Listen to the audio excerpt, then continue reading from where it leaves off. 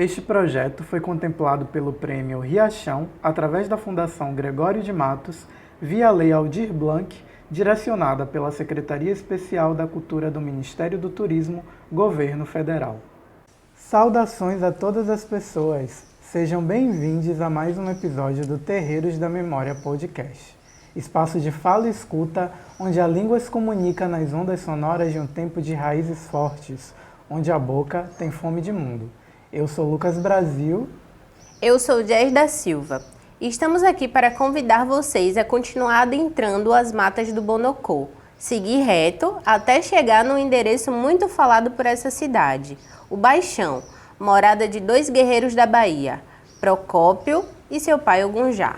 Pois então, vamos pedir licença aos ancestrais, a Ogum, e nos revestir de Mariô como um gesto de respeito a eles que nos guiarão até essa memória.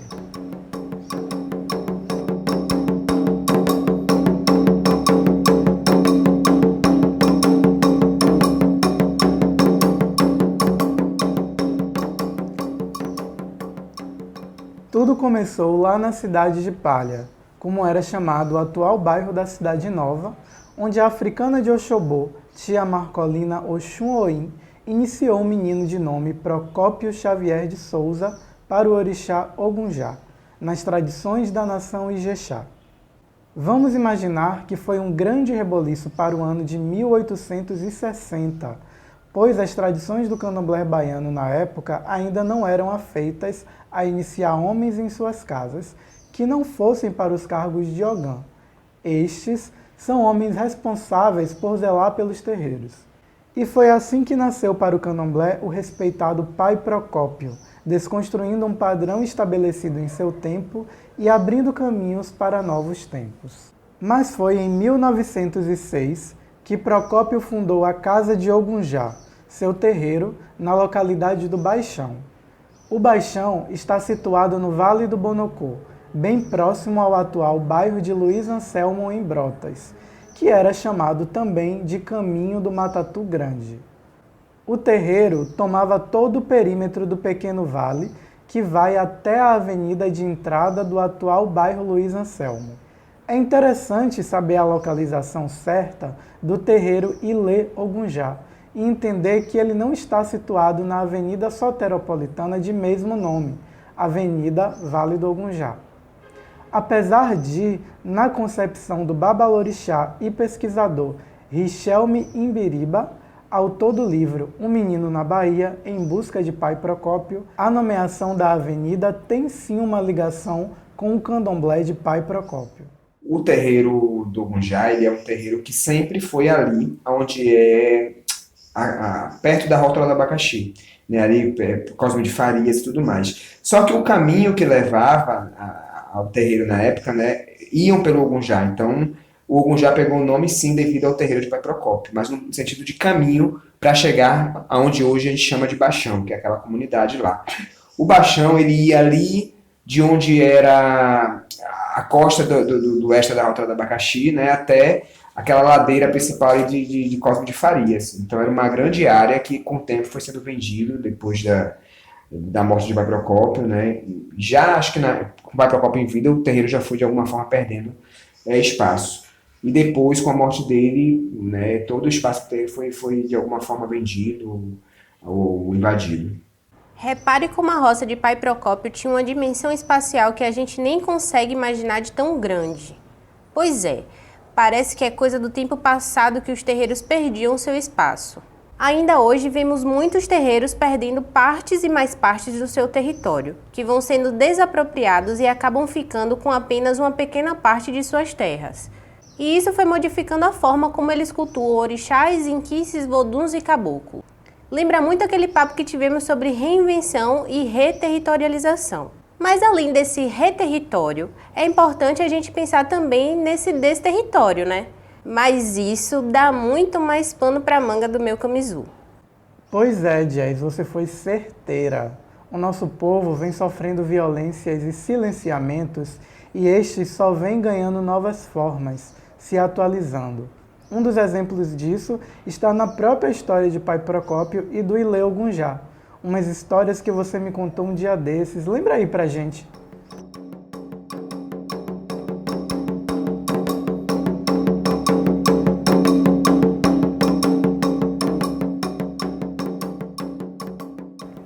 Por mais doloroso que seja, é importante lembrar dessas memórias para não esquecer que, como dizia a sábia Estela de Oxóssi, o nosso tempo é agora, então não devemos e não vamos retroceder.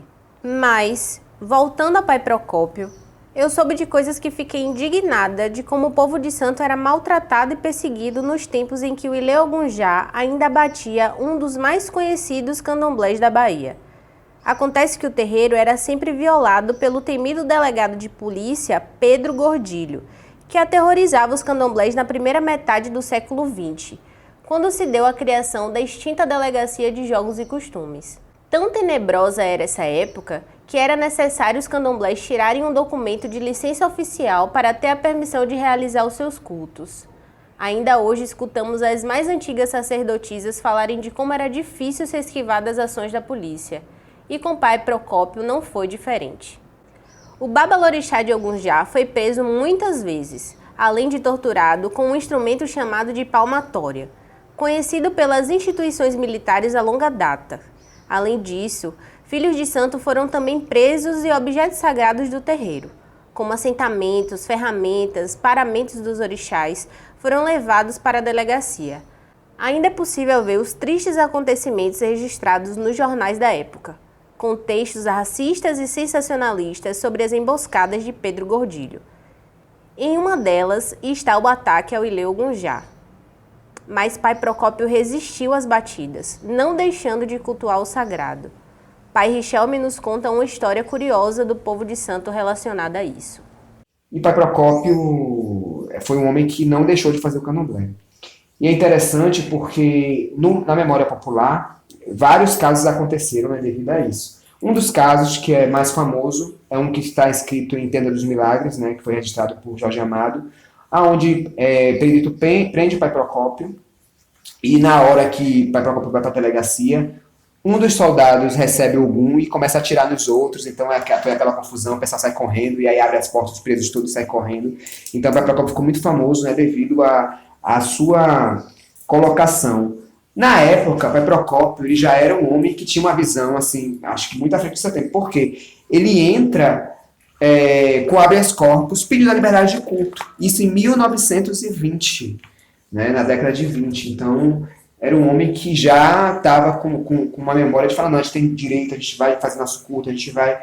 E ele entra. E na época foi um escândalo, porque saiu nos jornais, que... o advogado fulano de tal estava protegendo os macumbeiros, e que absurdo o macumbeiro querendo fazer. Então a gente tem todo um processo desses jornais também, a gente tem acesso a esses jornais, se vocês quiserem depois olhar, a gente tem eles impressos, que falam um pouco dessa história da resistência de Pai Procópio, nessa época da perseguição policial. Foi numa dessas batidas policiais que um dos ogãs do Ilê Ogunjá, Inocêncio, foi morto pelos policiais, tamanha a surra que lhe deram. Inocêncio acabou deixando 2 filhos, Hélio e Edna de Souza Oliveira, que foram adotados por Pai Procópio e criados como netos.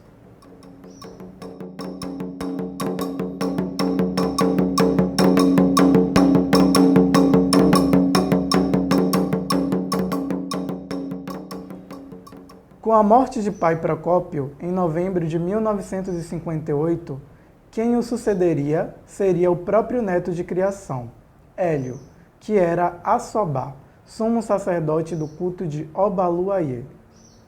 Elinho, como era conhecido, teve todo o investimento de Procópio em relação à sua educação formal, chegando a adentrar a Universidade Federal da Bahia, na Escola de Belas Artes, se tornando artista plástico, com obras colecionadas pelo Museu Afro-Brasileiro da UFBA e no Museu Afro-Brasil em São Paulo. Hélio de Oliveira trabalhou em suas obras o cotidiano que viveu ao longo de sua vida efêmera no Ilê Ogunjá, retratando cenas de terreiro como saídas de iaôs, assentamentos, ferramentas, orixás em transe e os mais diversos símbolos do axé.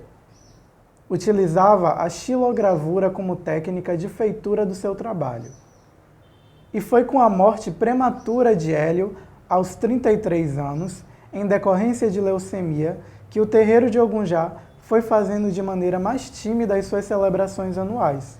A irmã de Hélio, Dona Edna, Ekede de Iansã, ficou responsável por zelar pelo santo do avô Procópio, o que fez com muito carinho até os últimos dias de sua vida, quando veio a falecer em 2021, aos 95 anos.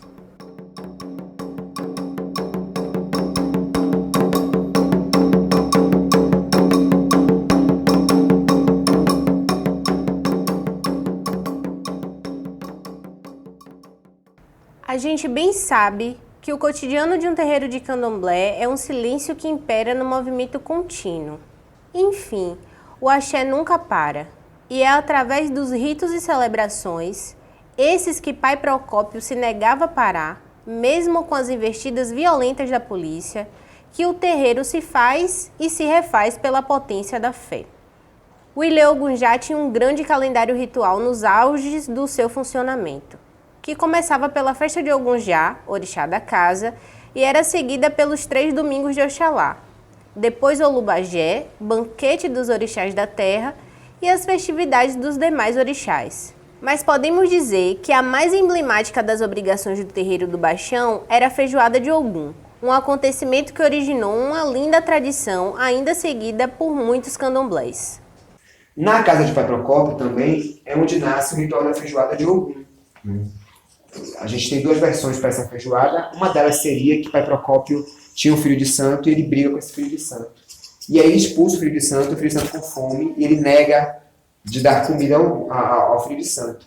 E aí ele fica muito doente, e ele vai para o médico, não consegue descobrir o que é, e um dia Ogum pega ele e diz que ele cometeu uma gafe muito grande, que foi de negar comida a alguém. Então ele pede que Pai Procópio vá na feira, compre tudo para a feijoada, e faça uma feijoada e chame o filho de santo que ele brigou, e chame todos os outros filhos de santo. E assim foi feito. Então Pai Procópio ele chama os filhos todos e chama aquele que ele brigou. Só que na hora que Pai Procópio faz a feijoada, que Pai Procópio serve, quando os filhos de santo botavam o feijão na boca, o santo pegava. E aí nasceu o ritual da feijoada de Ogum.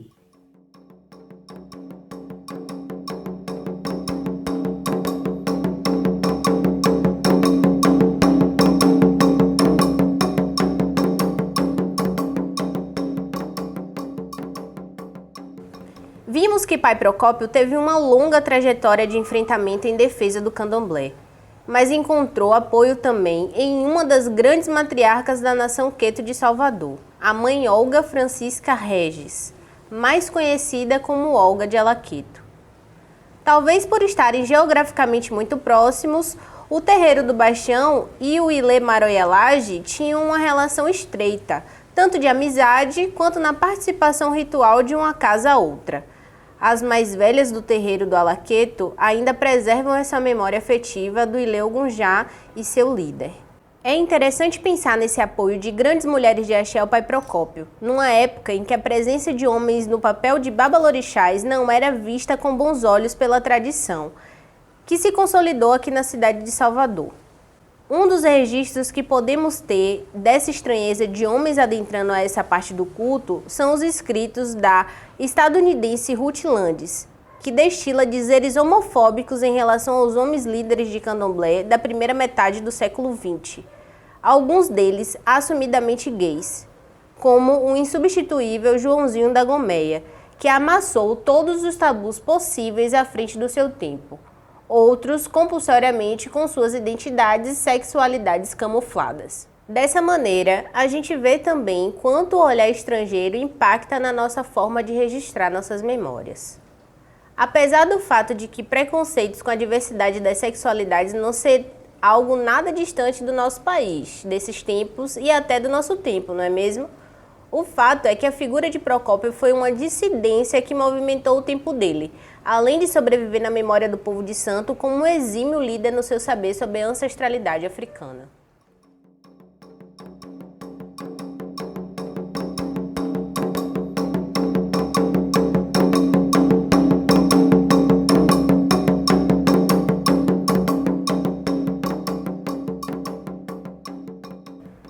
Nas palavras de Hélio de Oliveira, abre aspas, o sacerdote iorubá é sempre uma pessoa mais evoluída. É mais do que um doutor, um técnico, um governador. Pai Procópio, por exemplo, desde menino se iniciou nos mistérios e nas forças, reuniu uma prática tremenda.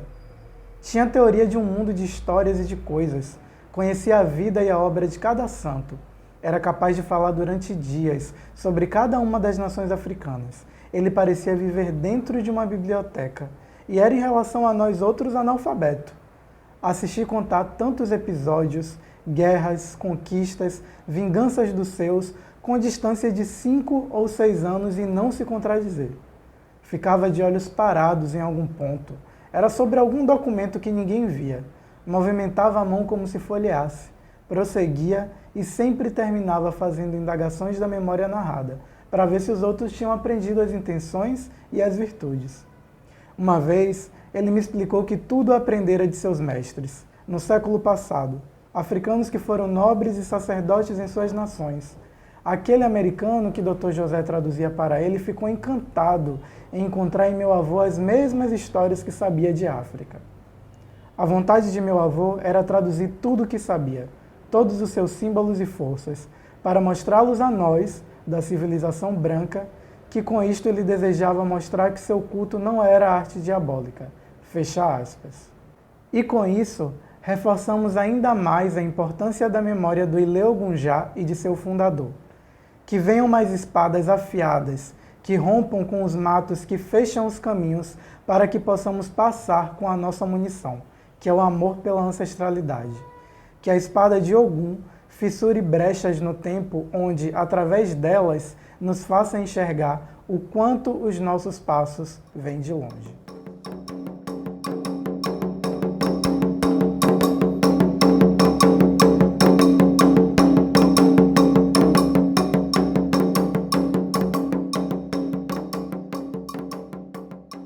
O Terreiros da Memória Podcast vai ficando por aqui, mas sigamos para mais desbravamentos e reativações de memórias que não podemos esquecer.